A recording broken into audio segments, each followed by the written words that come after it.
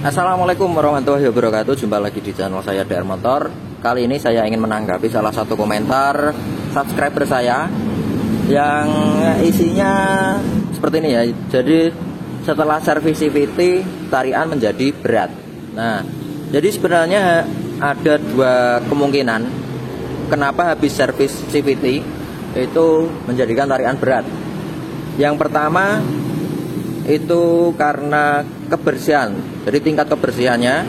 Terus untuk yang kedua untuk pemasangannya. Nah, jadi untuk kebersihan silakan, kalau untuk membersihkan CVT itu jangan tanggung,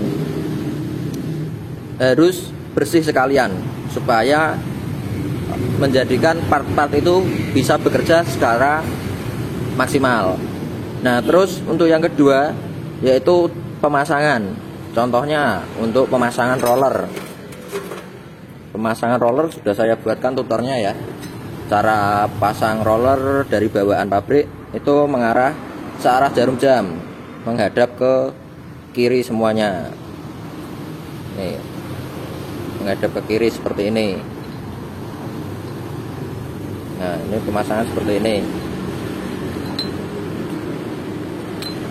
Nah, untuk pemasangan semuanya harus maksimal. Terus ini juga poin penting untuk slidernya atau pisletnya. Nah, ini untuk slider itu pemasangan tidak asal ganjel, tidak asal pasang ya. Nah, ini harus kita sesuaikan dengan rumah rollernya. Jadi harus pan. Nah, seperti ini. Ya.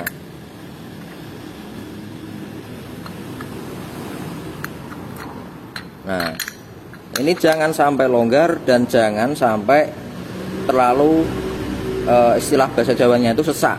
Nah, jadi harus presisi untuk pemasangan pislet ini atau slidernya, supaya untuk pergerakan roller itu bisa bekerja secara normal dan maksimal. Terus yang kedua ini ya, untuk pembersihan di bagian kampas ganda itu harus merata dan bersih. Kalau hasilnya tidak merata dan tidak bersih, itu besar kemungkinan nanti tarikan juga nggak enak. Nah, terus masalah pemberian grease ya, itu gunakan secara seefisien mungkin. Jadi jangan banyak-banyak, pokoknya secukupnya aja untuk penggunaan grease atau vaselin ataupun gemuk. Karena untuk bagian CVT ini sangat rentan.